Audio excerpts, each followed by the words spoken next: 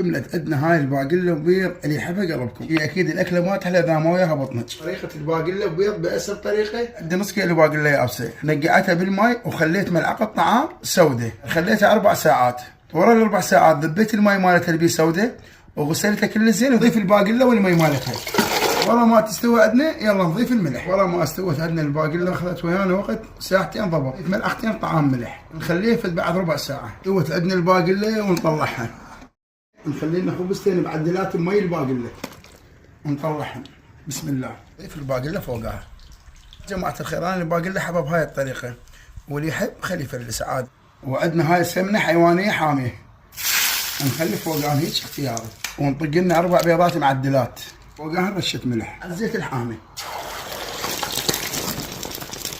ونضيف البيض فوق الباقلة، نذوق ونطرينا بالطعم. والله الطعم فد شيء ما اسولف لكم.